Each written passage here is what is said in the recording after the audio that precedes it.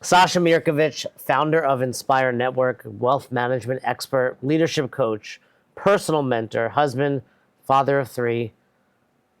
Your presence speaks for itself. You've immigrated to the U.S. in 1997 with just a duffel bag and a little bit of cash.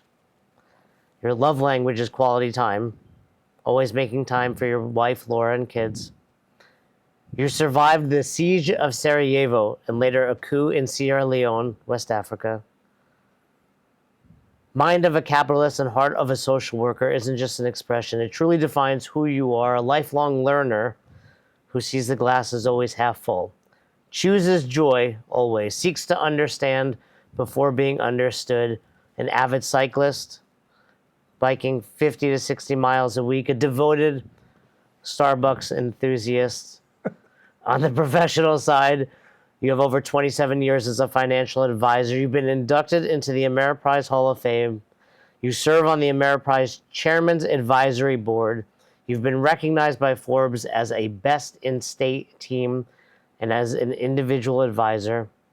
Your team is consistently recognized by the Business Review as one of the best places to work, reflecting your commitment to exceptional team culture and perhaps most importantly, your core values: freedom, family, leadership, integrity, and health. So let's get started. Wow, what an introduction. Well, Laura helped a little bit, just so you know. That's good. I was like, he's done the research. It's not unusual. So you and I go way back 20 years. Yep. It's my first time in your office in 10 years. It's amazing to see the changes, the growth. Like I was saying, there's many cubicles, but they were often unoccupied. Now they're fully occupied, and I was glad that I asked you where we could film today. Let's talk about your journey. You lived 4 years without water or electricity. What did you learn about resilience and leadership during this time? Wow. So, just to context, during the siege of Sarajevo, from 92 to 95, it wasn't the entire time out of water and electricity, but there was a period of about 19 consecutive months when we didn't have either one of those, when we didn't have both. So it makes you think in context of solving problems rather than, oh, I don't have this. Like, don't sweat the small stuff kind of stuff. Mm-hmm. It's like, well, I need water to survive. I need to, I need electricity to cook food. Well, we don't have any. Well, let's start cooking on improvised stoves. And you can cook the whole soup on a Nike tennis shoe.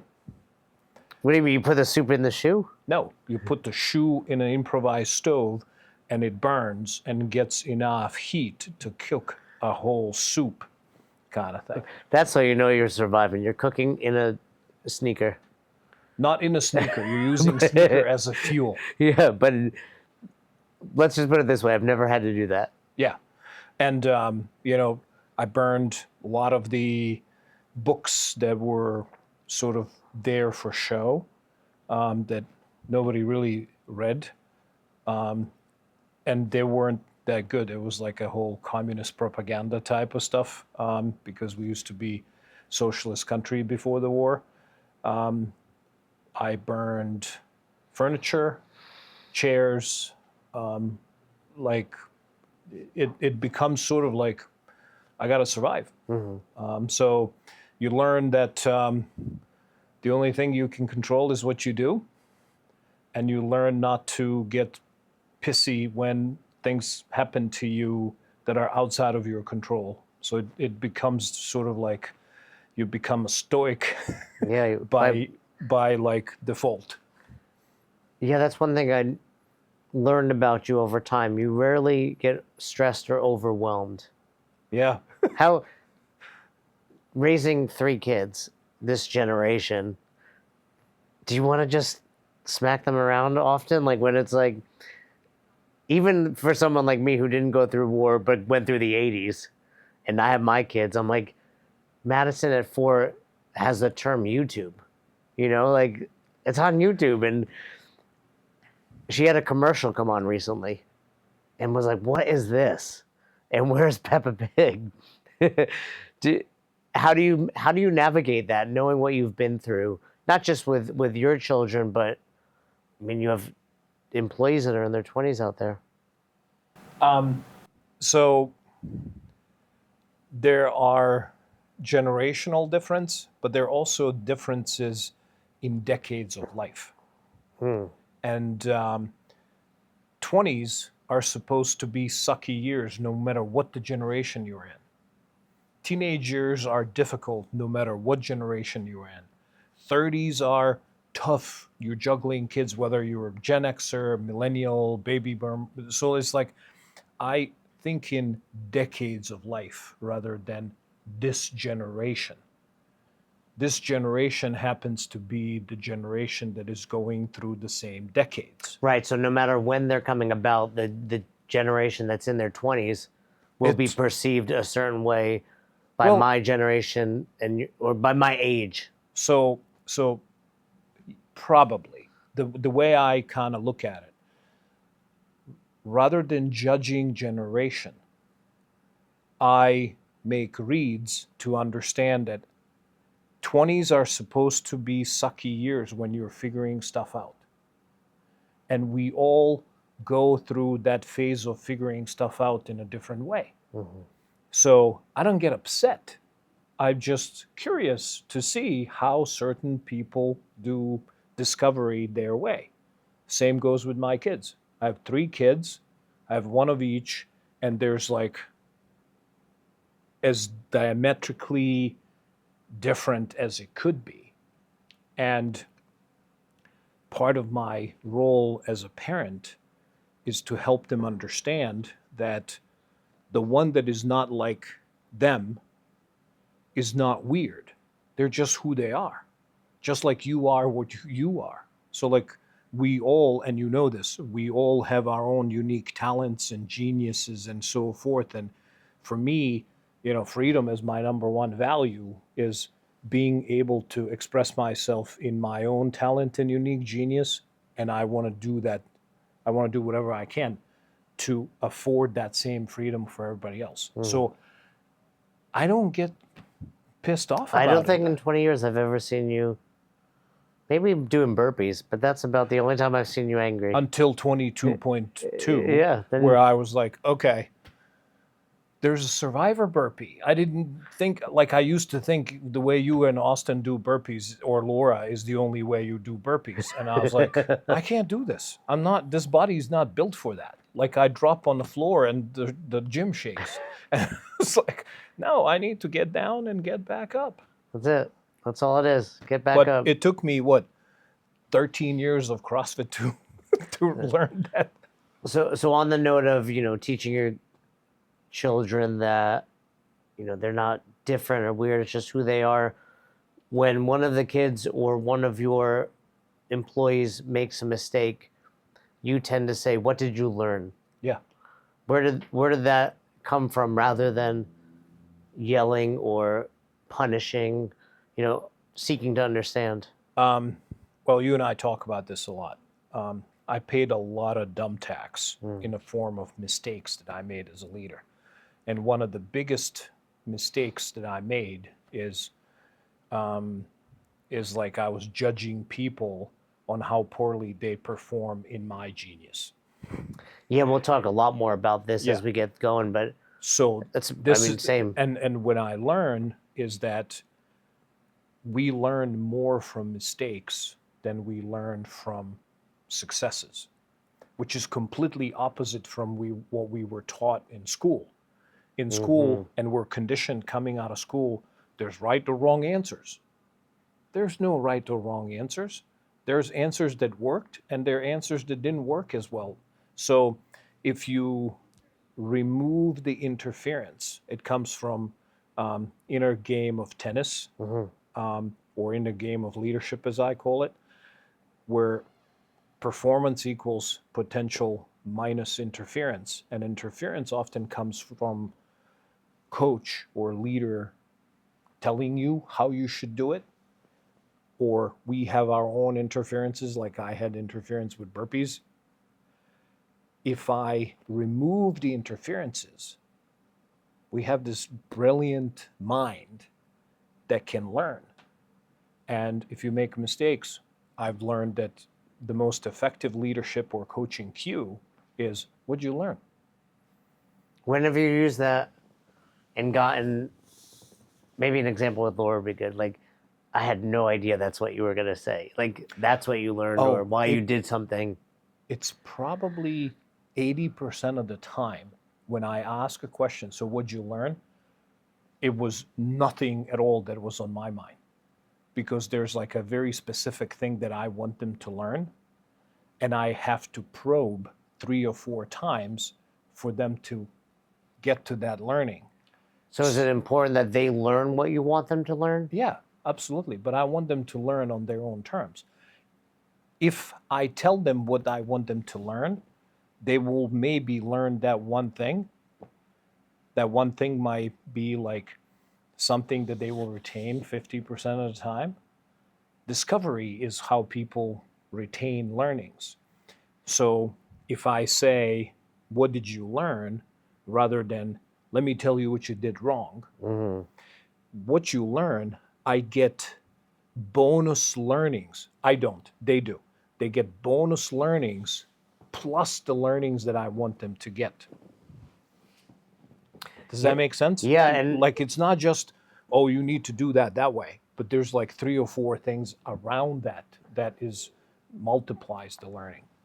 yeah, so much of this I just relate to parenthood. Yeah. With the kids. Like, Yep. just, you touch, what'd you learn? Don't touch a hot stove. Well, that's a great life lesson, right? Yeah. Or whatever, they're going through. But I try to impart this on Madison a lot of the leadership. And it's going back to the generation. Like, I don't think at least my generation, certainly yours, got that from their parents. Oh, God. A lot of tough love. Yes. I see my parents now with my kids. I'm like, who are these people? One, you're letting them eat ice cream. Like, I didn't get that, and 2, you're being nice to them. Yep. So it's interesting. Who were 2 people in your life that had the most impact on your leadership skills? Well, Ray Kelly is probably the biggest influence on my leadership, and you and I talked Same, about. yeah. Yeah. It's going back to what we were saying. Like, I mean, I vividly remember Ray coming into Albany CrossFit, top floor, and the coaching staff just like wanting to run through, a racquetball court wall after he was there, and then all the meetings in the office down the hallway with Ray. Like, one of the most vivid memories I have of that was he said something like, once you decide this is how you're going to be, like, you won't stay on other people. Yeah. He said it nicer, but I was like, oh, I do have to break up with my girlfriend, and I have to, like, fire people, and like, you're like, oh, we're either in a growth mindset or we're not, and it's hard to spend time with those that aren't. Yeah, I mean, if you have a growth mindset and you continue to evolve and grow, and the people that you're surrounded with don't do that, you have a choice to make. Do I want to continue in my growth mindset, or do I want to hang out with these people? Simple as that. Yeah. Who you surround yourself with? Yeah, exactly. Like, so you said 2 people? Yes, you say Ray Kelly, and is he still with Ameriprise? Is he? No. No. He's just does coach, leadership coaching now. Yeah, with Think to Perform. He was a senior leader at Ameriprise when I met him. I saw him from the stage, and I was like, this guy is talking to me. He's in Minnesota still? Was he? He lives in Minnesota. Yeah. But he was a leader in Texas, and So Ray has had probably the most profound impact on me. There are people that have made impact on me that don't know that I exist. Does that count? Yeah, for sure. Who's that? Give me one. Dan Sullivan. Dan Sullivan I is feel like I've seen his name on a book or he's a something. founder of Strategic Coach. Okay. He coaches entrepreneurs, and he's been my mentor without knowing that he's been my mentor. What's something you've learned? Oh my God, Gap in the Gain comes from Dan Sullivan. Who Not How comes from 10X comes from Dan Sullivan. There's Ceiling of Complexity. There's like a lot of different things that I kind of look through and read and internalized on my journey to become a better leader. And the other one is definitely Simon Sinek. Yeah, start with why. I think it was when I was here. Austin was still around, I think, or maybe he just moved to Massachusetts. I couldn't attend a meeting without someone playing that TED Talk, and I still share it. I just shared it with my buddy Reed, who had never seen it. I was like, "You've never seen that?" Like, it's like someone's not seen Star Wars. Like, you've never seen this Simon Sinek talk? One of the lessons I learned from Ray that I understand but have a really hard time explaining, and I'd love to hear you do it. Can I just stop you for a second? Yes. There's a team that made the biggest impact on me. The All Blacks? In addition, it's the All Blacks. Legacy? New Zealand All Blacks, New Zealand national rugby team, the All Blacks. So, I didn't even mention rugby player in your introduction. Yep. You just look at you. You could tell. So I've tried to explain it to clients, and I never do a good enough job with it. Simple, complex, simple. Okay. Can you explain it? Maybe use an example where if I wanted to explain it to someone, I'm going to send them this clip.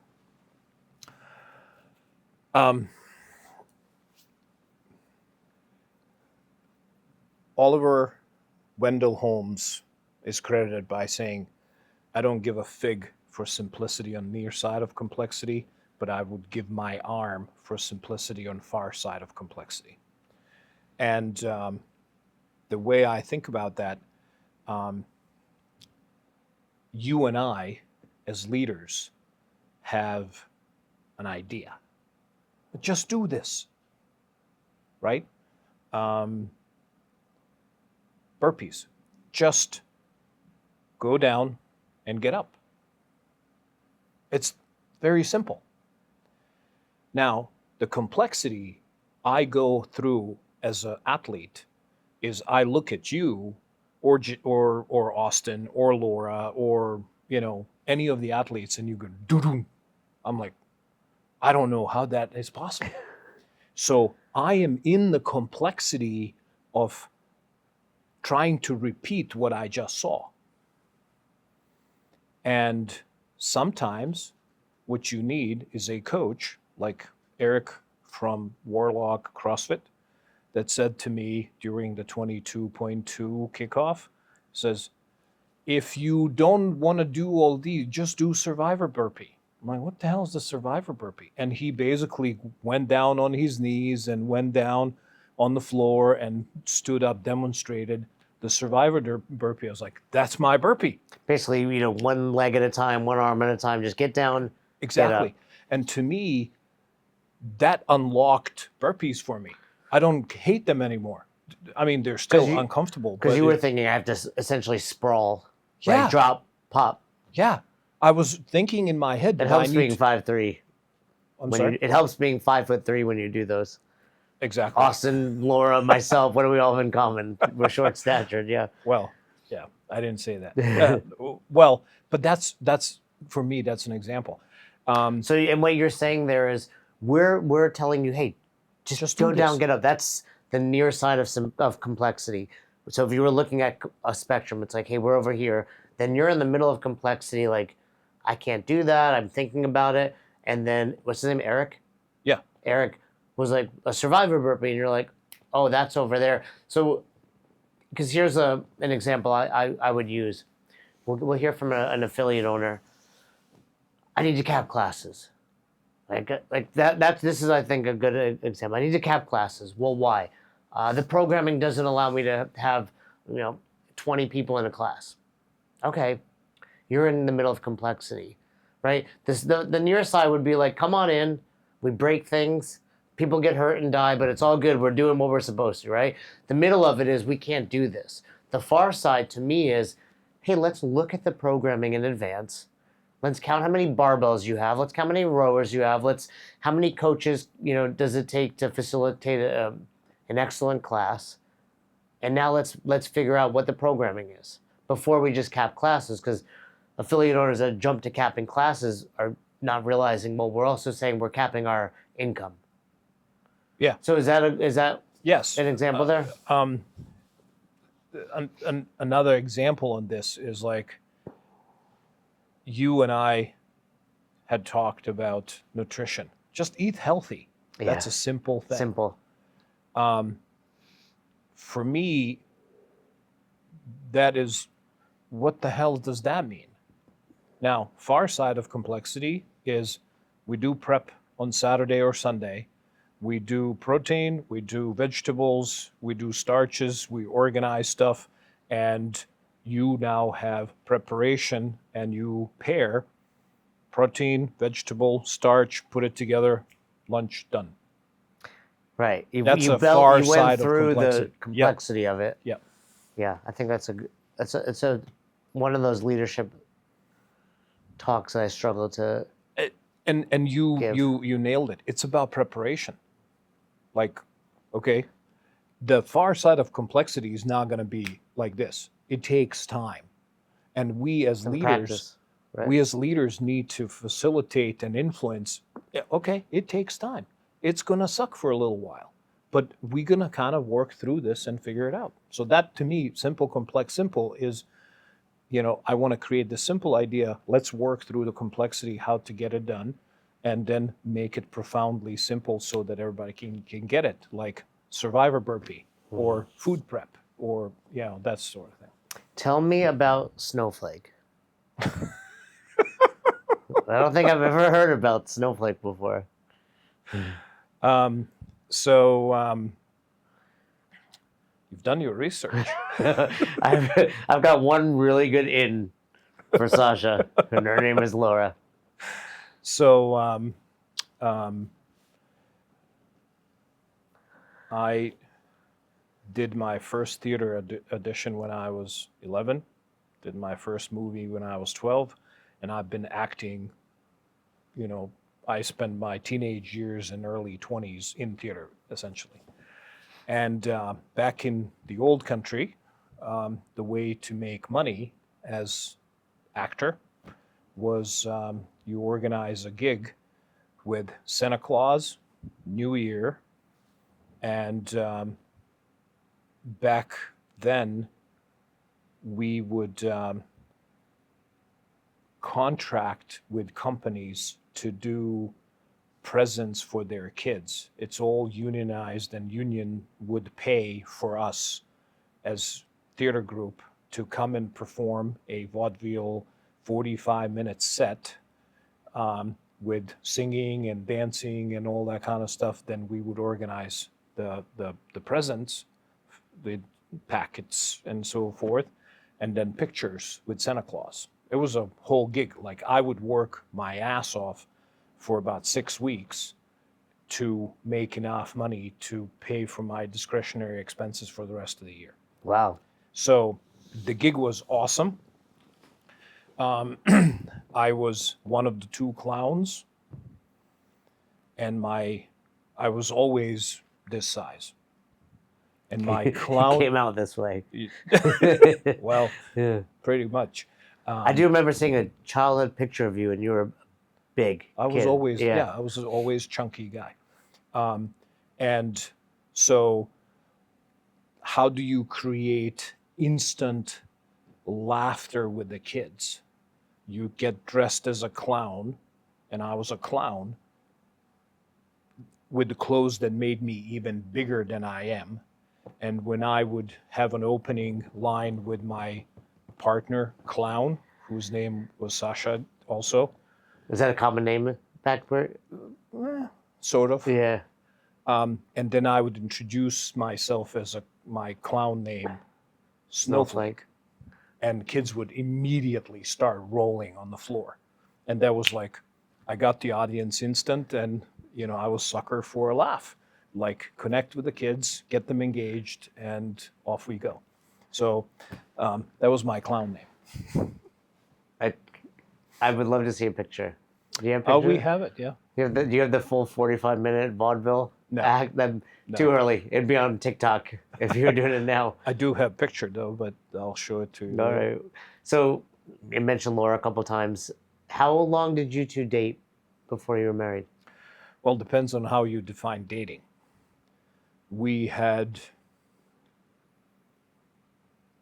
6 face-to-face dates before I proposed over the course of, let's say 6-7 months. Any way you do that math, it's fast. So I was in West Africa at the time.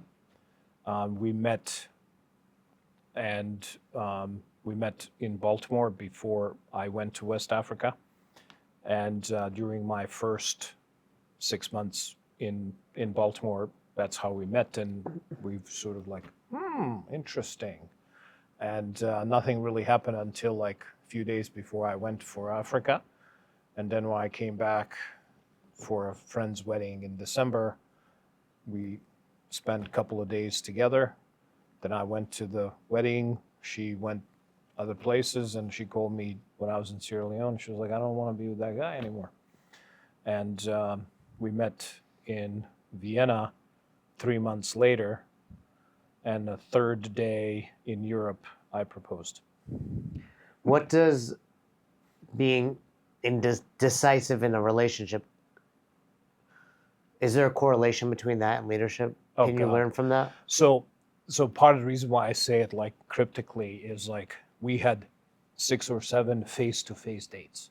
What we did is we had hours upon hours of phone conversations at $4.95 a minute if I'm calling from Sierra Leone, or $1.95 a minute if she's calling from Baltimore. There used to be a thing called long distance calls. Oh my God, Yeah. it was awful. My parents used to make me wait till 9 o'clock to call long distance. Yes. Yeah.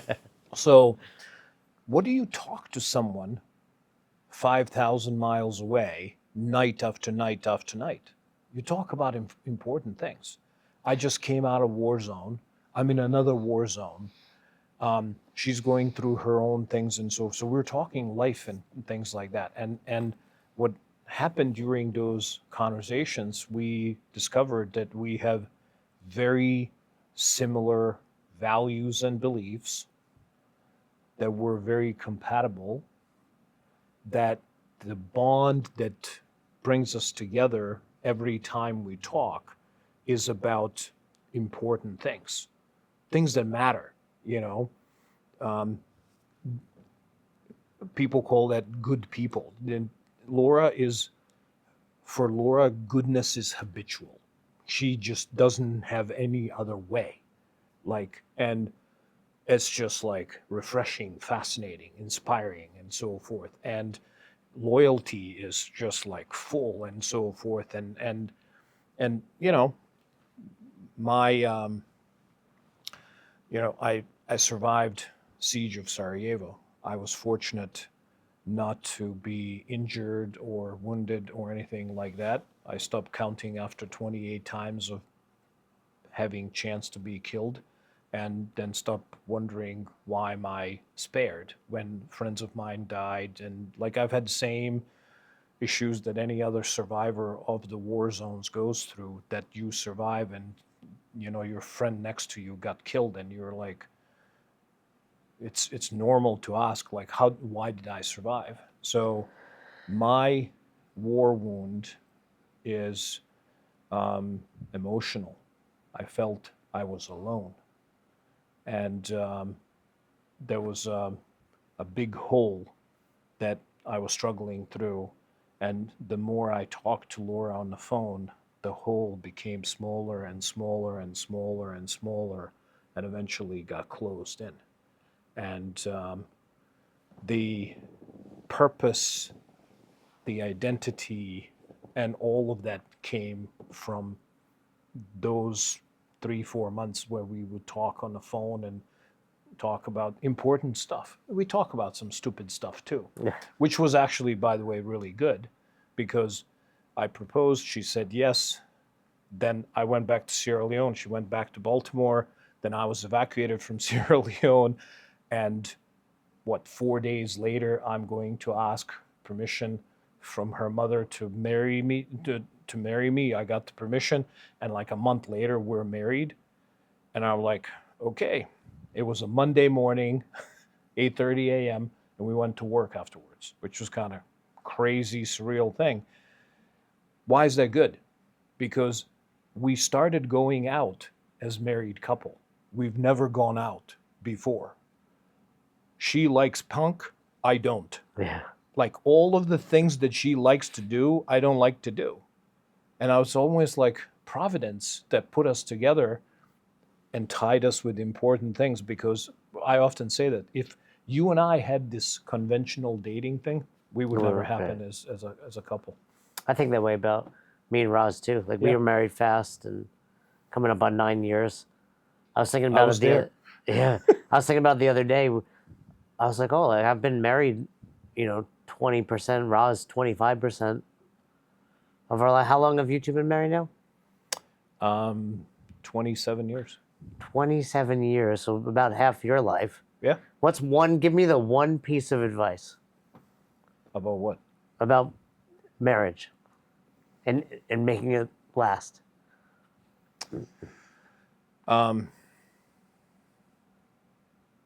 It's not a competition. It's a collaboration. Yeah, I think, especially with kids, right? It's like, Yeah.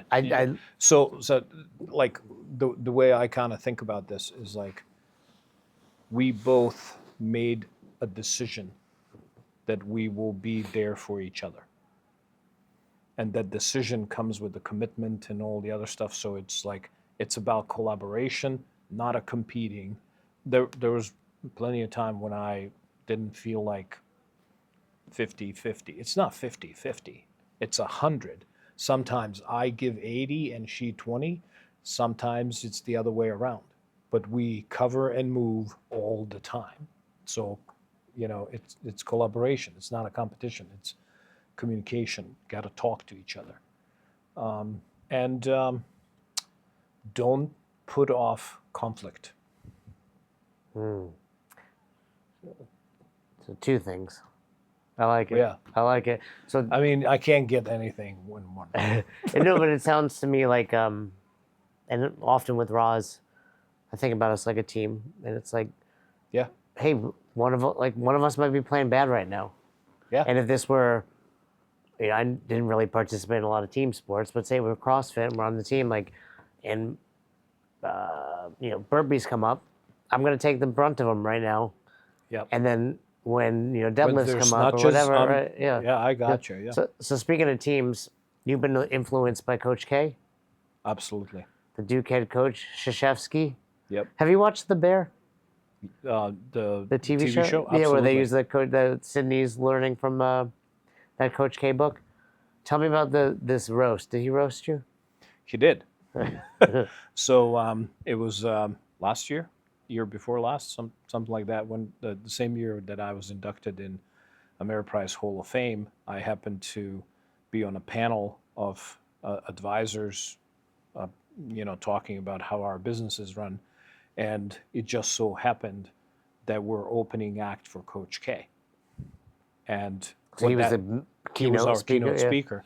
So what happens when you're opening act for Coach K, you get to spend like 45 minutes backstage in a private room like this with Coach K. And it's like, this is like cool.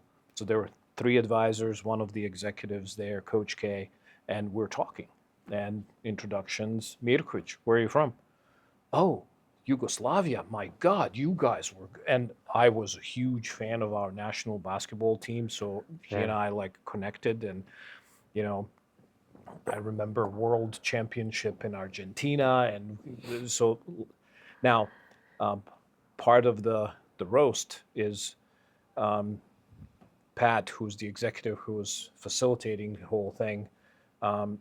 He and I had a bit plan. I was like, I'm going to be wearing all black, but I'll have the most obnoxious orange Tennessee socks, and I'd like you to ask me about it. And he was like, sure.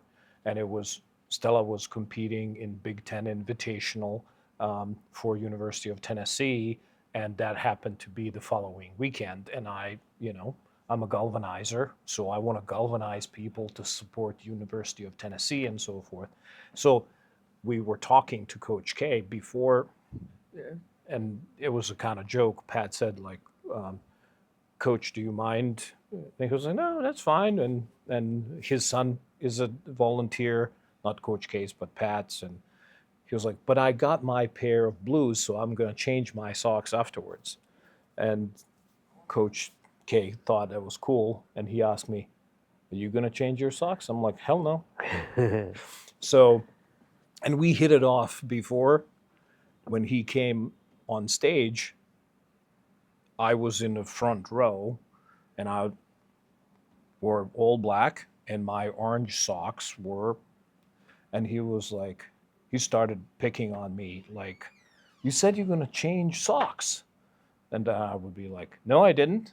And it's just like went on and on. So he basically gave a keynote, and every opportunity he had to pick on me, he did, which in return made me a celebrity because everybody now who was in that, oh, this is a socks guy, Yeah. and so forth. And so we sent him a pair of Tennessee socks afterwards. We did make a donation to his mom's charity and so forth, and he sent it back, like very, great guy, Yeah. fantastic leader. What's the best leadership advice you've heard from him?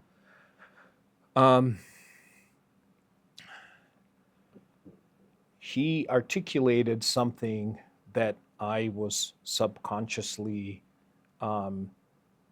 doing, but I just wasn't aware of it. He calls it the motion offense. And motion offense is like you know your plays, but you have freedom to make reads, to see how the situation changes so you can break out of the play and make a different play to win. So it's like in rugby, that's this whole thing. It's like you have the whole the play structure, but you look for a gap, an opening, and exploit the opening to win. So to me, I think of that in the same way. So with Coach K and his making reads and playing motion offense is like, as leaders, we should always be looking for an opportunity to adjust the play, to score, to win. Like it for me, it came from a rugby or a theater improvisation and all the other stuff. But in life, it's like nothing ever goes according to the plan. Planning is essential. Plans are worthless. So like you gotta make reads. So making reads is something that I incorporated from Coach K in my life, in life of my team and teams that I coach. You mentioned Galvanize earlier. Yep. One of the working geniuses. Currently, you're working with the Best Hour team. Yes. You were saying earlier, best team you've ever worked with. The workshops that I've done with your team are absolutely the best that I've ever done. Now, people watching this are going to think I've either coerced you or you're just being funny because I'm here, but Oh you're... no, I don't wouldn't say joke these about things. such a serious... No. The energy that I feel came from that team is just the whole different level. What about it makes it that entire team is made? Your entire team is team of leaders. Every single person on that team is a leader. They think like a leader, they act like a leader, they have self-awareness as a leader, and they're not afraid to pick on you, to pick on each other. That the culture is just infectious. And you send me text message after the session, this was awesome, and I was like, oh my God, this was like like I would walk out of this room and go over to Laura and say, I could just run through a wall for those people. Well, it's the first time I've really felt similar to that Ray Kelly experience, and kudos to Fern and Marcus because they didn't know you. I mentioned you here and there. You've been on other calls within the company, but I was like, hey, I really want Saša to do this, and I remember asking Fern, like, do you mind? He's like, it's important to you, so I'll be there, which is a very Fern, and he's made it a much of the team. We were very clear, like, hey, this is show up if you want to show up, and most of the team shows up to every call. Building teams that lead themselves. Yes. That's the goal of your company. Yes. And one of the many principles you have is to delegate tasks. I'm sorry, delegate authority, not tasks. Yes. How can teams be better about that? So the delegating usually is linked to, I want to delegate this task. And that's where most people think when they think about delegating tasks. But if you think about it, I want to delegate authority for somebody on my team to take care of that problem. You're creating a leader. If you're delegating tasks and you want them to do things a certain way, you're not going to be developing leaders. You're going to be just micromanaging stuff. Believe me, I made a lot of mistakes like this. But when I started delegating authority and say, I'd like you to own this, I'd like you to solve this problem. This is what I like to see at the end. I might not be, let's go with this. I want to collaborate and so forth.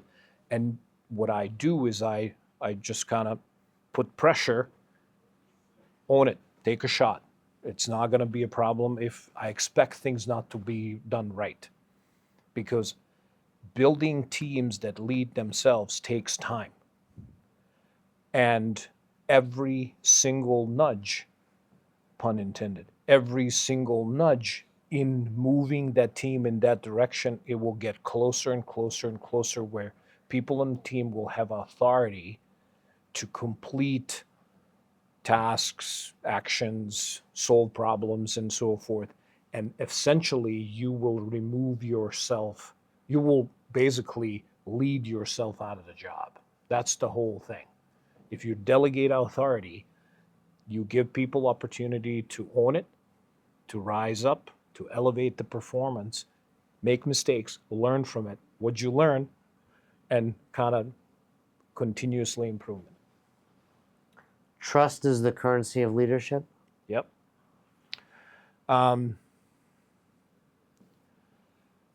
If you don't have trust, you don't have anything. I work in financial world. If you don't have cash or money or currency, you're just stuck. So if there's a cash, if there's liquidity, if there's cash reserves, you think differently. In leadership,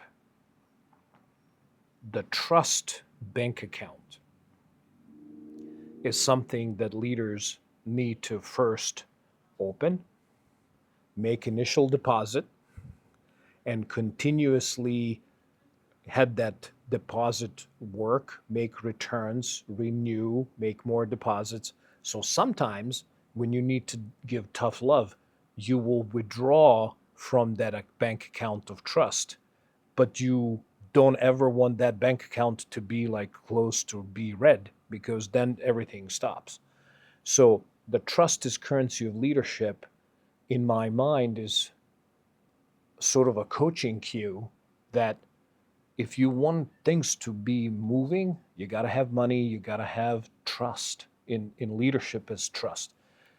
There's a saying, I heard it from General Mattis, operations move at the speed of trust.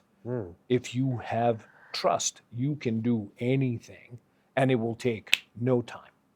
If you don't have trust, the most elaborate plans with the most financial resource, it will all just grind to a halt. How can a leader start to invest in that trust account? The first thing that you can do as a leader to invest in a trust account is to delegate the authority. So you go back to principle 1. These are principles. Yeah. So these are the part of the book that I'm almost ready to publish is about trust. Partially, it's about elite teams, but trust being a very important part. Delegate authority, delegate to elevate. Delegate authority is how you actually make a first deposit in that trust account. Yeah, I mean, going back to trust, I mean, even amongst the partners, like Fern knew, he trusted if I were doing something and asking for everyone's time, it would be valuable. Yeah. Right. Absolutely. And I have 7 business partners. There's 8 opinions. Most of them are high fact finder. 88% of our partnership group is a high fact finder. Me on that team. And I'm like Jason there, and I'm like 6. Yeah, I think I'm a 3. You're a 3. Yeah. And it was like, oh my God. But we move quickly because there's a high level of trust. We invest in a trust account. We continuously renew the trust account. Here's the key thing. When you make a withdrawal from the trust account by addressing the tough issue, when you address the tough issue, the pod withdrawal is Actually, doubled yeah. and tripled back into that. So it's like, and it like when there's enough currency, you can do just about anything you want. So trust is currency of leadership. CrossFitters, I've purchased hundreds of thousands of dollars of equipment in my life. I've been doing CrossFit since 2007. I've owned 4 affiliates. I currently own an affiliate in my basement. And let me tell you this, Rep Fitness is by far my favorite equipment. First of all, it's amazing quality. The price is right. And what I love is I talk to somebody that I know, that knows me, and that understands my needs. Now, cool thing is, as a family member of Best Hour, you can save big over at Rep Fitness. Go to repfitness.com/best hour and save on your next equipment purchase. If you're enjoying this content, please subscribe to the YouTube channel. Also, if you're interested in what we do in Affiliate University, there's going to be a link somewhere around this video. Book a call. We'd love to talk to you about how we can help you build a better box. Talent density is a team's force multiplier.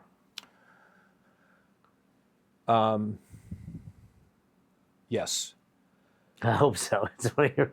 No, I'm just thinking how do I? Well, going back to, I think you mentioned my team.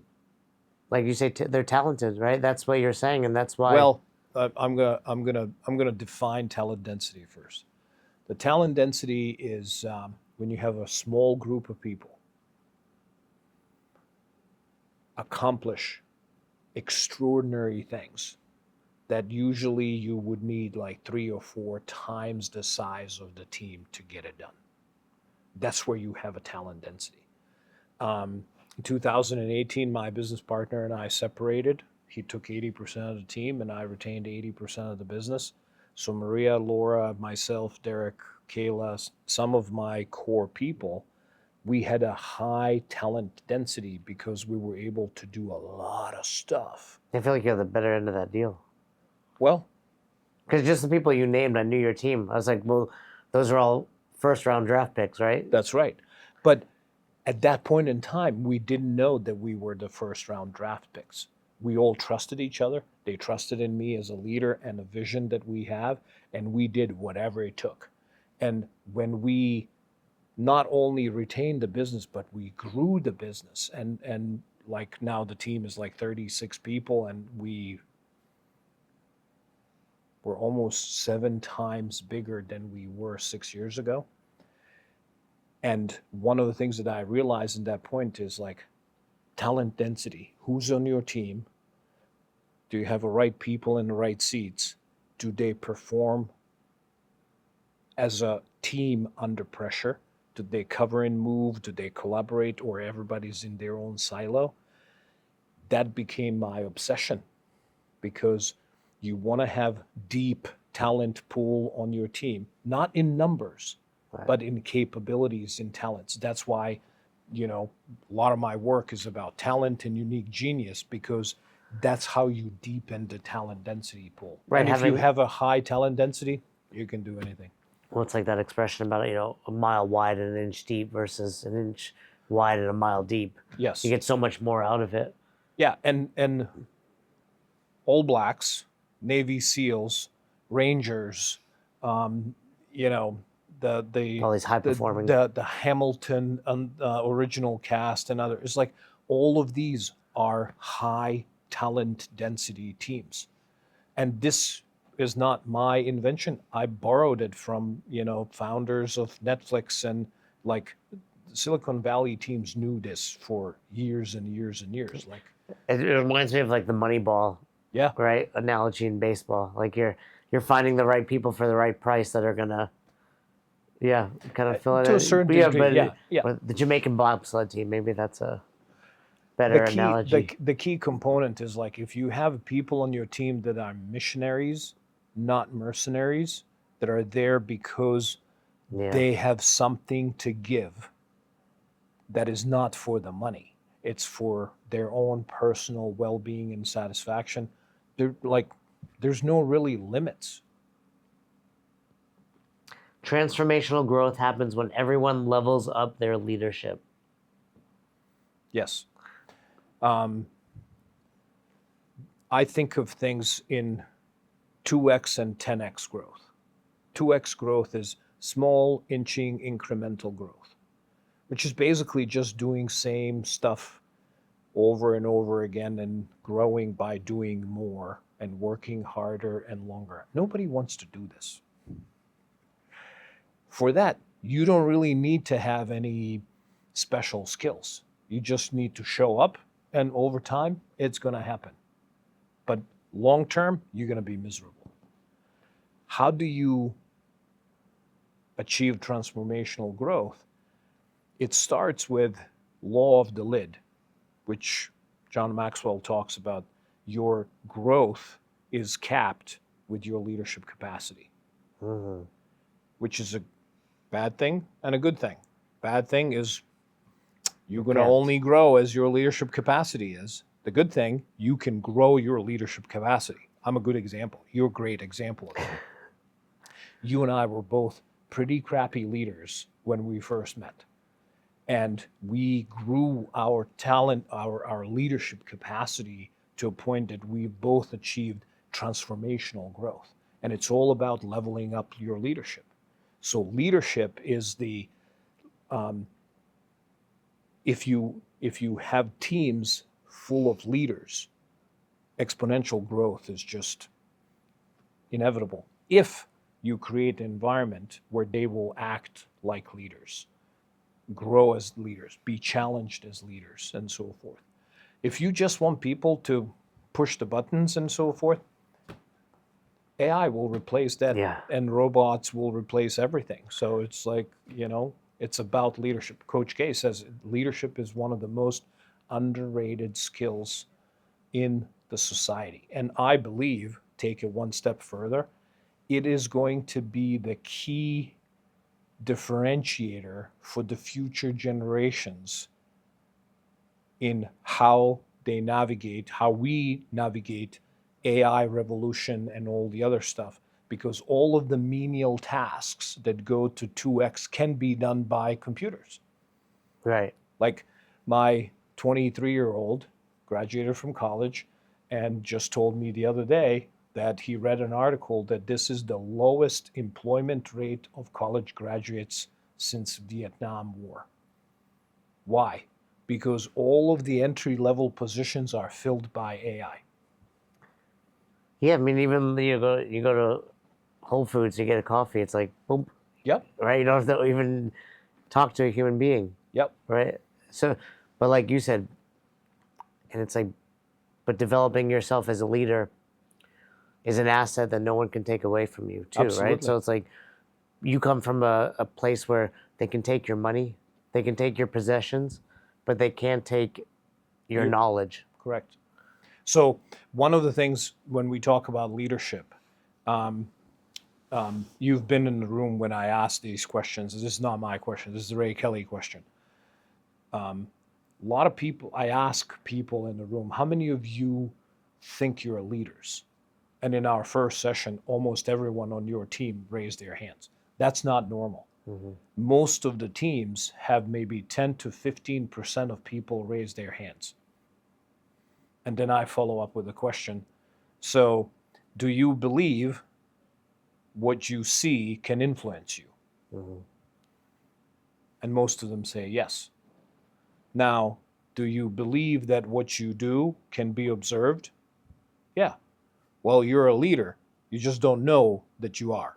Well, remember that example with Ray Kelly. It's like you look at a baby and you smile. What's the baby do? Smiles back. Right. So you're a leader. You're a leader.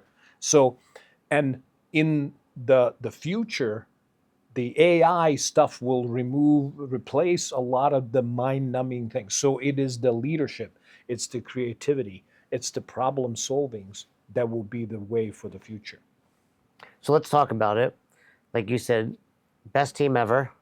That's what we refer to ourselves, but you're also saying it. The best hour team.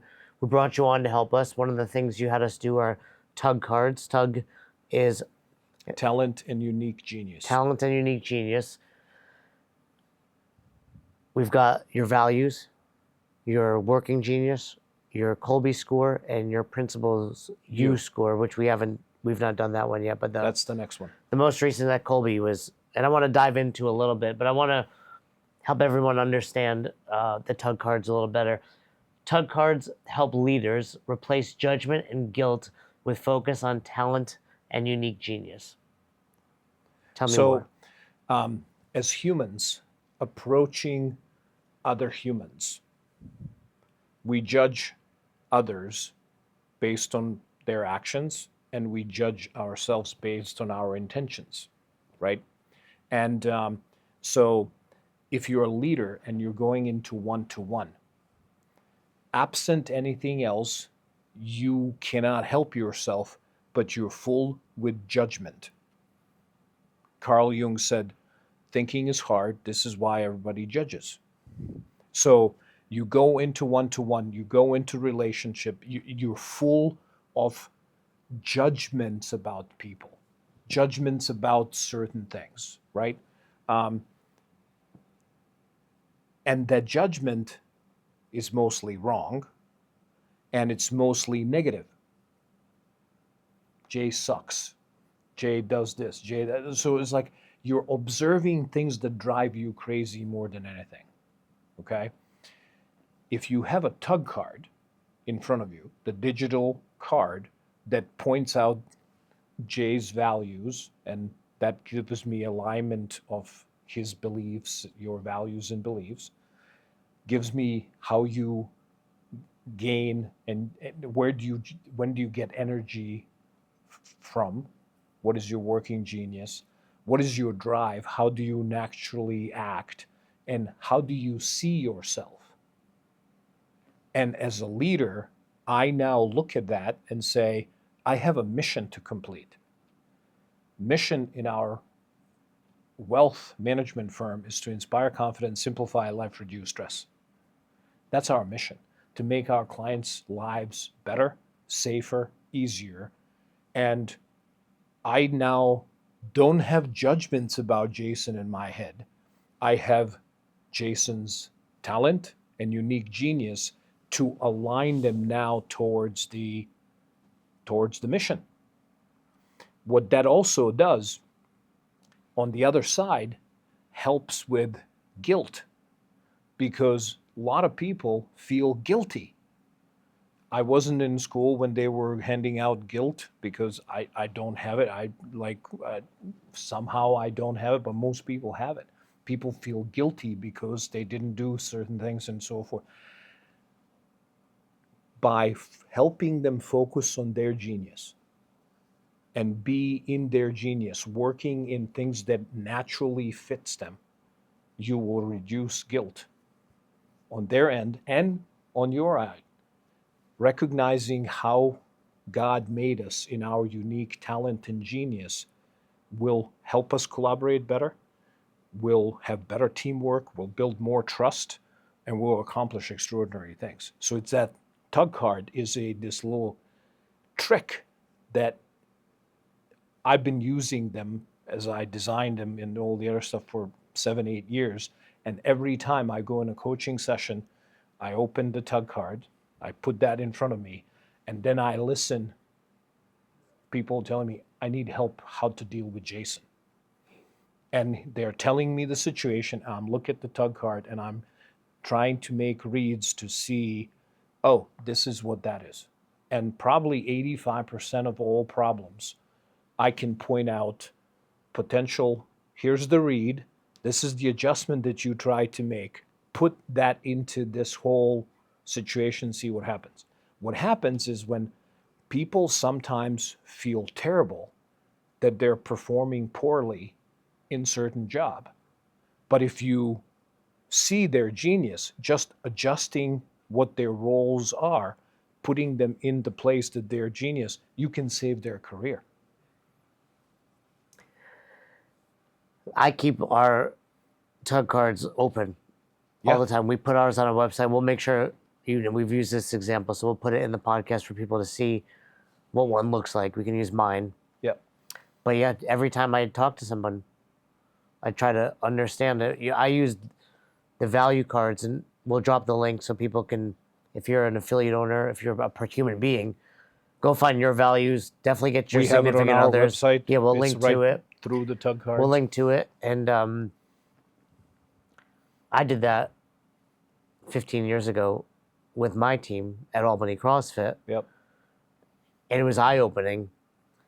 Having the additional information like the Working Genius and the Kolbe and the Principles U is just even more understanding. Yeah. A lot of us have done psychometric tests and analysis and stuff. God know how many I did that. And I never did anything with them. They were complicated. They were, obscure and so forth. So they are in the complexity. Simple, complex, simple. Tug cards are a profoundly simple way to on the far side. On the far side of complexity, to say, here are the 4 important components related to genius and talent that you as a leader need to have to make reads from to make your team work better. Well, and it was after the Kolbe one especially. Like, values are great. Yep. I think they're important because, we were saying before this, Nate behind the camera, one of his top 5 values is creativity. So if I'm like, Nate, we're going to film and I only want this, like, I'm deflating him because he's not being able to be creative. Yep. Or, I don't remember if it was faith or spirituality or which one is it? Faith, right? It's like, well, he's good about this, but if I'm like, hey, Sundays you have to work, like, and that was a thing I had with Dean. I don't know if you remember. Yep. He was the only one on the team that had spirituality back in the day. I'm like, Dean, why can't I get you to show up on Sundays? Oh, you go to church all day, right? Or Brett. Yep. Why won't you be here at night? Oh, family's your number one value.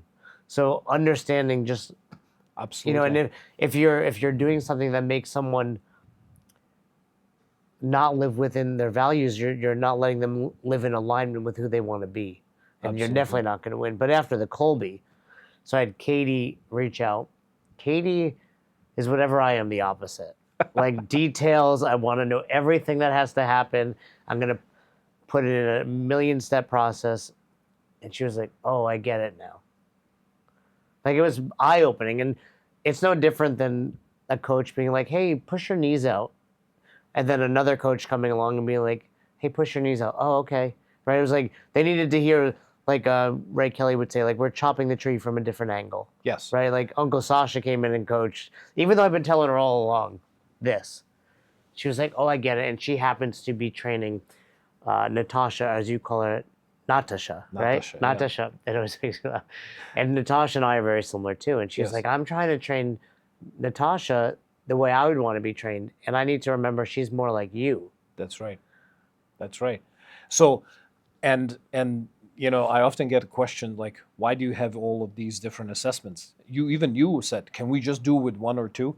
You can, but it's not the same thing, because you need multiple angles of the axe. Sometimes Yeah, they're different aspects of life too. working genius will solve a lot of things, but Colby and Principles U will provide additional insights, especially Principles U, when you have a really tough problem to solve. It gives you a lot of opportunity to dig deeper on attitudes and expressions and collaborations and so forth. And I've tested just about everything that it is, and the values, Principles U, Colby, and the Working Genius, I believe, are the most relevant to building self-leading teams. I love it. I'm gonna throw one more out there that I think you should consider. Yeah. Love languages. Yes. Yes. Because I do think it's like, well, if you do well, how do you like to be rewarded? I Yes. think that's like the one.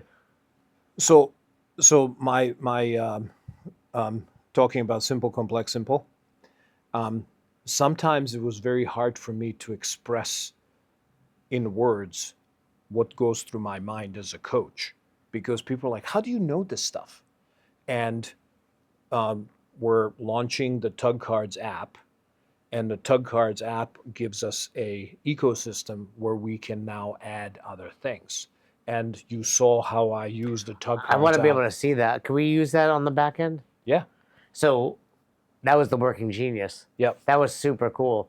So what's the guy's name? See, it's an Italian last name. Oh, Patrick Lencioni. Patrick Lencioni. So Working Genius, widget, wonder, invention, discernment, galvanize, enablement, tenacity. Yep. Right? You have 2 green, which is essentially what gives you energy. Yep. 2 red, which is like I hate this, and 2 Yep. that you're like yellow. I can do this well, but if I not do it forever. all the time, it's gonna be red. Like this is a green for me. Yeah. Like we're galvanizing and we're Same. inventing. We're talking about, and yeah. So your app allows people to like, hey, we have to do this new project. Who do I need on my team to get 6 greens across? Because you need someone to big picture come up with this ideal wonder all the way down to the T of like, I'm going to get Tenacity. this across the finish Yep. line. Yep. And you can see in projects we've done, and I'm sure other teams, where it's like, why did this not work? Oh, no one had discernment on here, and he did something really stupid, right? Yep. Where Fern would be like, he's our D, right? No, like no galvanize there, but a lot of just like yes, no. So I love that Working Genius, and it was funny too because I was doing something with Cody, and he was like, well, this isn't in my Working Genius. I was like, that doesn't mean you're not doing it. Like, let's be clear. Like, we can figure it out, but it's like, it's not like a catch to be like, I don't have to do anything. So Patrick Lencioni has a great expression there. It's like, this is not an excuse for Right. you not do things that you don't like to do. You need to borrow somebody else's genius. So like Patrick Lencioni or you, I don't like finishing things. I like get things started, Yeah. get problems started, and then I was like, okay, take it on. Delegate the authority. Galvanize, That's yeah. like, let's go. And all of a sudden, there's all these things that I started, they're never closing together. I was like, where is that? I'm like, well, I have a wrong people. I don't have wrong people. I have wrong genius on the team. Whether I have people with the similar geniuses or I'm missing the genius. So the language that I created or encouraged with my team is like, I need some tenacity and enablement help here. And people will immediately pick it up. What do you need help with? Yeah, and I mean, you say that on our team. I'm like, all right, I got to reach out to Katie, right? Or Bingo. right? Yeah. We know who those people are. And the other thing, Cody said on that most recent call that we had when it came to the Colby, I forget which one of, but you know, he's like, if I make a plan and we don't stick to this plan, It drives me crazy. it drives me crazy. And I feel like I failed. And I'm like, I'm on your team. We're never sticking to this plan. Yes. But it was a good lesson. The important thing that Fern said on that call is like, because Fern is a lot like Cody when it comes to a fact finder, he prepares himself for different scenarios by going through the Right, fact plans finding. for many Yeah. different. And you know, Fern has some crystallized intelligence. He's been through life. He's seen things. So he recognizes that no plan will ever go as planned. but it helps him be prepared to react to things better Yeah. and probably more effectively than you and I would do, because you and Yeah. I would like just shoot off the hip and stuff, and it's not a big deal. But Well, I like one of the things Cody said was he loves clarity. yeah, But he said sometimes clarity is telling me this is what we're doing. That was my favorite takeaway from that meeting, where not just that specific example, but understanding people. It's like, hey, I don't care if you like this, you don't like it, or whatnot. This is what we're doing. Oh, that's clear. So I'm in. And Yep. that's all it takes. yep. So I highly recommend. We'll drop links, but are you at the point where you're helping all teams with this? If there's an Yes. affiliate that wants to do this? Yes, we're ready to bring this to any team. We'd like to keep it to the cohort of about 20 people, which is sort of your team size. If it's bigger than that, it gets more diluted, but it works very effectively with smaller teams. A lot of we do this as part of our coaching for all of the teams that we work with, and we have teams of 3 people and teams of like 30 people, and we discovered that doing the group coachings are within cohort of 20 people, which is what can fit on the screens yeah. and so forth. That is very effective, and then there's like a one-to-one component, and then Tug Card app goes with it. You mentioned twice now, in marriage and in your teams, conflict. Yep. How can embracing conflict make for a better relationship? Well, first, let's face it, conflict is inevitable. We just talked about judgment and guilt. That's where it all comes from. So if we reframe our thinking that conflict is good, how do you reframe that thinking? You reframe it by saying, I'm not in conflict with you. It is you and I against a problem. All of a sudden, you on the same side of the table, you're collaborating, your tug cards and my tug cards are working together to embrace a conflict with this thing. And that thing could be, we don't have enough members. Our programming sucks. I'm thinking about my daughter. Like, you have to get dressed, Yeah. right? Like, we're not like fighting over getting dressed. The conflict is you don't want to put those. We're in it together. Yep. All right. Well, do you want to go to school undressed? Probably not ideal. So what are some other options we have here, right? Yes, and one of the big parts of that, I'm sure you've seen that post somewhere where like the teamwork, team exercises on leadership. There's a facilitator of the workshop. I need a volunteer. This guy stands up and stand next to me, and he's like, "Let's walk over there," and they walk. There's no pushback. Let's walk back there. No pushback. And then he's like, stand in front of me. Give me your hands. Let's walk over. And he started pushing him, not saying anything. He started pushing him, and guy started pushing back. And he was like, this is what happens. If you walk with someone, they will go with you. If you start pushing them, they will push back. So embracing conflict is walking with someone towards a solution of a problem. And in my model is first is recognize that everyone has their own side of the beach ball.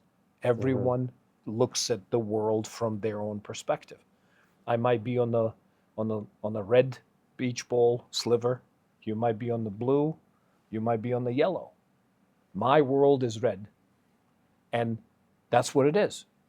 I should not be convincing you on the blue or you on the yellow to make it my red. No, that's my side of the beach ball. That's okay. Let's now provoke learnings, interrogate reality. Let's figure it out. What is really the problem? And then let's embrace tackling tough issues, creating 1-3-1 on problem solutions, whether it's a timelines or trade-offs or building prototypes, working through things to solve that problem. The fourth component is let's build rituals. So every problem we solve should be a diamond in our back, in our belt or ring, if you will, because we went through conflict. We need to have something for like something to show for. And something to show for could be, oh, we solved this problem, or we created a shortcut. So when we have that problem again, we're not going to go through it all the time. And the ritual language is a first ritual. So as we working through embracing conflict, we create language rituals. I'll give you an example. Mark and I work as a visionary and integrator. We're having a conversation. That's the principles you, right? At the Inspire Network and Inspire Holdings. It's our No, but that's your principles you principle, visionary and integrator. EOS. Okay. Yeah. So I'm a visionary for the firm. He's integrator, and this is the guy that I embrace conflict with all the time, most of the time. And so we were having a conversation, and he asked me something completely off the left field, and I acted like a complete asshole. And he was like, "What's going on?" So we went home. He dropped a text message to me. "Hey, this last conversation is not sitting well with me. I don't know why. I just wanted to let you know." So I got the text message. I'm now emotionally detached, so I'm not invested in it. So I replayed the conversation. I was like, "Oh, of course. I know why." And I text him back in the morning. "I know why, because I acted like a selfish prick." Da-da-da-da-da-da-da. So the ritual we now have is a principle of selfish prick. So the nugget from that conflict that we embraced now cuts out unnecessary emotional conflict, because is this a selfish prick thing? And by naming it, you detach yourself emotionally from it and you work to solve the problem. Yeah, you're making me think of Nate. Selfish, not because of selfish prick, but well, one, as you're going through this, I'm like, I just want to go have conflict, because it's like opportunity Of course, to improve. because you have high, quick start, you're innovator and a galvanizer, so you're like, God put you on this earth just to stir shit up. But I enjoy, the conflict. But But not everybody's like you. right. My wife, she hates it. But I'm like, well, let's do that. Like, and she's Can like, you imagine if you're married to Jason? no, I don't know why she did the biggest mistake. Well, she needs you and you need her. No, but Nate, we were saying it's been 7 years now, right? Like, how long does it take to set these cameras up, right? I'm like, I can turn my phone around and be ready to go in 2 seconds. Well, last time we did that, I got sciatica from our last podcast. Hopefully this goes out. It's a much more comfortable chair. Yeah. But after we were in Portland, and I don't know, we were just having a conversation, and it was the feedback after. We went to this gym and I didn't scope it out, and I didn't know where this was. I didn't know where that was. And then this time I don't know how Nate feels. We didn't have a term for it. It could very well be selfish prick, but it was like, what do you need? I said something like, we're going to record. Ask me everything you need to know. And then I was like, oh, these are the things Nate needs to know. So now today, like, what time do you need to be there? What time do I need to be there? Or like, do you want to get there early to scope it out? Do you want pictures, right? So was this a smoother? Really? There you go. And so just find a common word for what just transpired. Let's use selfish prick. Nate, you're being...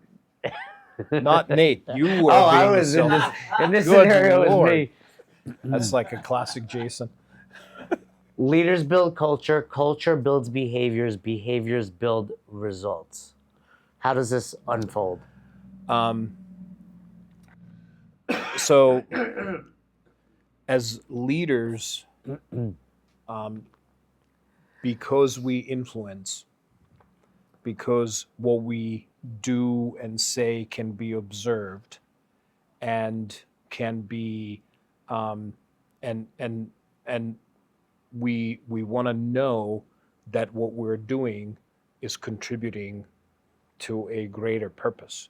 So great organizations are made out of great people and great culture. And a culture is the values of organizations and the standards by which we live those values. So leaders lead from the front. They establish the standards of behaviors and so forth. It's through the behaviors and standards of behaviors that this organization now starts living. When you have culture in which you have great people, high standards, it is impossible not to get extraordinary results. It just happens very naturally. So to get great results, it starts with great leadership. Culture is people and values and standards, how we live that. Those standards now reinforce the right behavior. The right kind of behavior will lead to results. It's just guaranteed. Tell me about Witty Whiffy. Witty Whiffy is another leader that made a huge impact on me, Doug Lennox. He knows that he's my role model. I do a ritual called Witty Whiffy, What Do You Want for Yourself? It's a simple ritual in which I, towards the end of every year, I reflect on my personal why, my values, and start with how has this year gone for me? Have I lived in my values? In my coaching tool on the Witty Whiffy ritual, I give people option to score themselves on scale 1 to 10. And Witty Whiffy is what do you want? What do you want for yourself? Then, what are the biggest 2 or 3 lessons that you learned from the previous year? So one of the lessons in a couple of years ago for me was trust is currency of leadership. I have a team of partners that I trust and trust me. When I had emergency appendix surgery and almost died, I trusted to hand over everything to them and everything worked beautifully. So we now practice that as a kill the leader exercise on a regular basis, and it's fantastic to build the trust and prepare the next generation. I've heard that elsewhere too, where other leaders are like, if I put you in my role, what would you do? Yeah. Navy SEALs do that all the time. It's part of their training. It's like, we're going to kill house, and the first thing is like, Lieutenant, you're dead. Well, you have to, think objectively, where it's like, well, if this person on my team thinks that, one, should I be thinking it? Is it a good idea? Exactly. Right? So, yeah. Going back to Witty Whiffy, Yeah. So I reflect on the previous year. What are the biggest things that I've learned? I write them down because it becomes my journal, if you will. And then based on what I want for myself is what kind of identity I want to build, I want to continue building. So I've done this for 23 years. I do it every year. Yep. And there's new identity added. Often is like, I want to be a better athlete, or I want to be this, or I want to be that.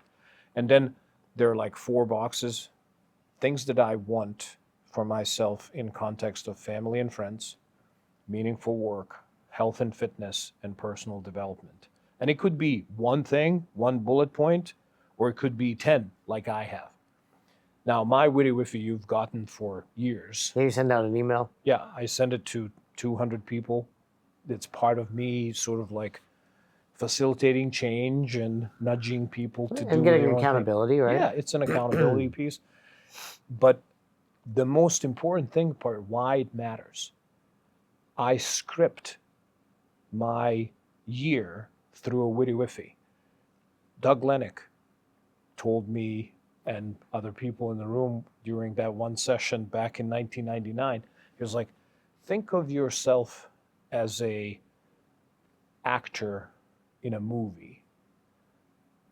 You wrote the script, you directing it, and you are playing the main role. If you don't like the movie, what do? Shut it off. You change Yeah. the script. You turn things around. So the witty whiffy is making a script of your life, for your life. You're writing things down that are important to you. What do I want for myself? And you live like that. It's like making a plan for the whole year and 2 and 3. So when I do witty whiffy, I copy the previous year. I say I want to keep this, this, and this. I want to change this, and basically, it's the script for the whole year ahead of me. Yeah, I think if someone's watching this, two things: go to the link for the value cards. Yep. Figure out your values. Yep. And then write a witty whiffy. That's how I do mine. I look at my values and I come up with goals. Like you said, I look at last year, family, my number one value. What does that mean? Whether it was going away with just Raws, trips with the kids, quality time with them. Because I remember back at Ray Kelly's first talk, there's that image of there's a gap between your real self and your ideal self. And It's all about, well, how do we close that gap? Well, it's living, what do you want for yourself and then living it. So get your values, figure out what it would mean to live by those values and how you can be better. What's pressure? Pressure is a privilege. How does it impact a team? I love that statement, though, by the way. We used to use that on the team. Pressure. If you're under pressure, you have an opportunity. Yes. So I think of teams in a continuity or context of teams in the name only, above average teams, and elite teams. Elite teams use pressure to elevate their performance. They embrace it, they go after it, they get new reads, new ideas how that they can perform at the higher level, and they train up. Like, pressure is for teams that want to be elite to actually get to that elite level. Yeah, firm uses pressure all the time with our team. Like, Yeah. this is happening by this day. Yeah. That's pressure. That's right. Cool. So you can turn anything into a pressure situation by adding deadlines, making challenging requests, or creating chaos around. Like All Blacks do that as a part of their preparations for the game. They practice on the level of intensity that is higher than any game they can get into. So when you're performing in a game, your performance will likely go down. But if you're ready to perform on this high level under pressure, you'll probably win. That's fitness. That's CrossFit right there. Like, right? If we train up here, everything below that is easy. And I was listening to somebody on the way here talk about, practice is the hard part. Yeah. Right? The game should be fun. Yes. Right? You've done and Ali used to Everything talk is- about that too. He's like, Muhammad Ali, that is. It's like, Yep. I hated practice, but I loved winning. Yep. Right? And So now it's a showtime.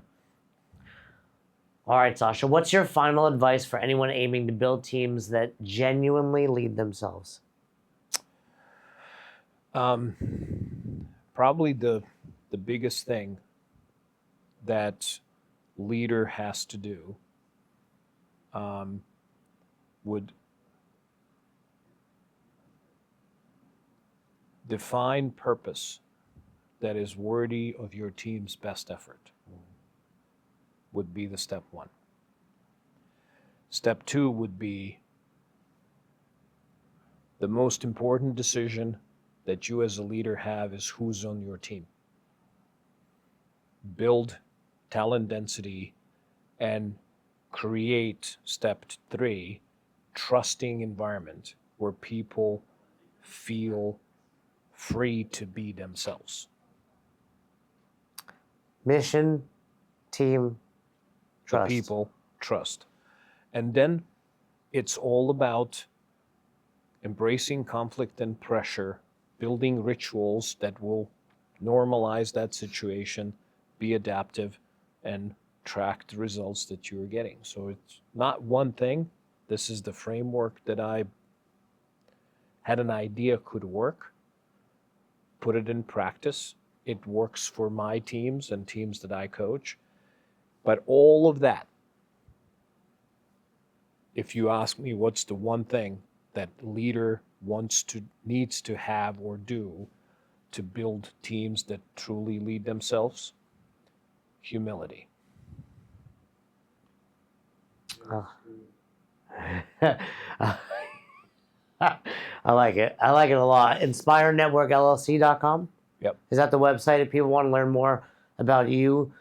I would tell you this. If you're an affiliate owner, I was an early adopter, lucky. I mean, we're sitting here at 80 Wolf Road. I was down the road. Yep. Very surreal driving from the hotel this morning. Wolf Road has expanded quite a bit. Yep. But luckily, you walked into the court club before Albany CrossFit and said, I need my butt kicked. And Shai said, I've got a guy for you. It was me. And got to develop under you. But implementing things like the values. We even did, I mean, I remember when Kevin and Caleb and Dee, we did Colby even back then. But the tug cards weren't available. But something like that now, if you're watching this and you're an affiliate owner, because, you know, having coached thousands along with Fern, Marcus, the entire, you know, Steve, Allison, Joel, Max, we see it. It's like, what's affiliate ownership? It's conflict. Mm-hmm. It's conflict with your spouse because they're unhappy you're spending your time there. It's conflict with your team because they want different programming or different class times. It's conflict with the members and embracing that conflict. And I love that analogy. And turning it, instead of conflict with the team or people, find a way to get on the same side of that and figure it out. What is the real problem that you need to conflict with? That's I think one of the diamonds Yep. in here. And just getting to know your team better, because whether it was with Nate, whether it was with Cody, Katie, for me, like you said, I judge. I'm like, what the hell, Nate? Like, Nate, how many times have I been mad at you? Every time. And for the record, it's not just me. And Fern and I have gotten better at some of this. We've come to our own conclusion. Like, why? Why? Like, let's understand this better. But having that common vernacular. Because you're upset at Nate for not performing well in your genius. Yeah, that's what it is. How right? stupid that is. Right. I think, because I wasn't sure where you were going. Right. It's like he's performing great. In his genius. In his genius. Not in yours. But also lucky, because my genius, it would be like on your old school TV where there's like static and bars coming across. Like you wouldn't be able to see it. It'd be like trying to watch like the Playboy channel when you're a kid. I just see this thing. Like, I think I saw that woman in there. But luckily, he's working in his genius and seek to understand. Yep. And because we're all different, and it's a good thing we're all different, because this team would be, I would dare say there wouldn't be a team if it was all me. Nope. And it wouldn't be a team if it was all Fern. It's the talent density of the team. Yeah, and I mean, Jocko is the one that it was like, what's the highest and most important quality of a leader? Ownership? Humility. Or humility. Yep. Yeah.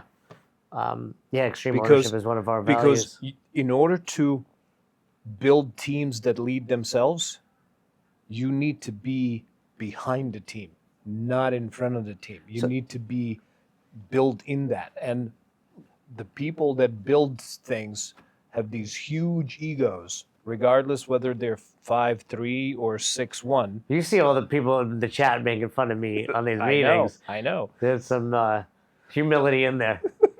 Well, this has been great. InspireNetworkLLC.com. We'll link to the value cards. We'll link to opportunities to see Saša. We'll link to the book when it's ready. Yep. And so many other things. But thank you, Saša. Thank you, buddy. Thanks for checking out this episode of the Best Hour of Their Day podcast. We appreciate you listening and choosing to have us help you in your passion for coaching and affiliate ownership. You can find more episodes just like this on all podcast platforms. If you're interested in learning more, you can reach out to us on any social media platforms, or you can visit www.besthouroftheirday.com to book a call. If you found this episode helpful for you, please share it so that we can help other coaches and affiliate owners to help build a bigger and stronger CrossFit community. Thanks for listening.